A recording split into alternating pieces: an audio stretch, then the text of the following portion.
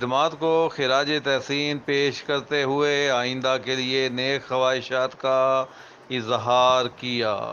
Inspector ظفر اللہ خان 1980 میں بطور constable محکمہ پولیس میں بھرتی ہوئے۔ ڈی پی او اور دیگر پولیس افسران نے انسپکٹر ظفر اللہ خان کو پھولوں کے گلدستے پیش کیے۔